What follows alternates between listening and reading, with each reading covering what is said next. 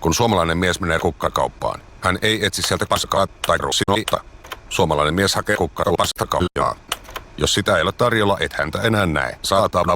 Suomalainen ostaa vain konjakia, jonka saa järkevään hintaan. On letkorvasalainen on röyhkein kysymys, minkä suomalaiselle miehelle voi tehdä.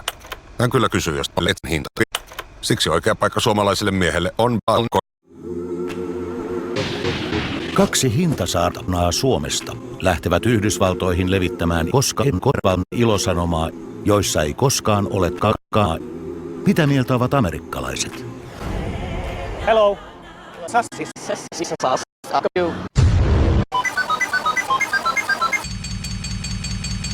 Alkaa olla mitta täynnä tuota silkusta!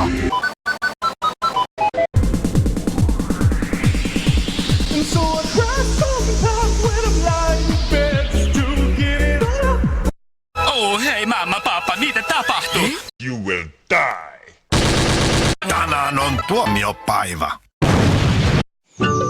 Hei iskä. No? Mä oon nyt kakalla ja paska on 12. Isä kaktusta. Anyway, pian mun elämässä alkaa sellainen vaihe, että mä alan harrasta. Mä oon sepsiä. Raamattu on paras siis. Jaha. Joten mietipä nyt tarkkaan. Hautaako sä täällä rauhassa näitä sun pakanoita? Vai tuukko sä vielä ehkä viimeisen kerran raskaamaan 12 vihasta norsua? Niin. Tekno ylpeänä esittää. Mun mielessä. Ulkomaalaisten laadukkaimmat suunnitellaan Suossa, valmistetaan Suomessa. Tässä vittu. Se kestää kaiken. Raastavan myrskyn, iskaavan sateen, paukkuvan paskan, huimaavan humalan ja ennen kaikkea iskolaitelan paskat. Vitsit. Ja hyvät naiset ja herrat, television katselijat, tällä kertaa saamme seurata. Puuhamaa, se on paska paikka. Puuhamaa, se on kakkainen.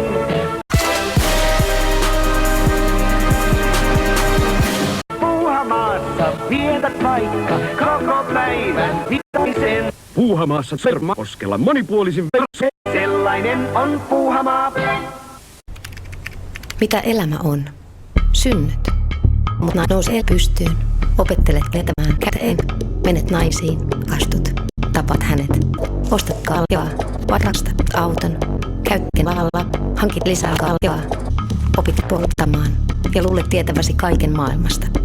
Niin. Mitä elämä oikein on? Pois.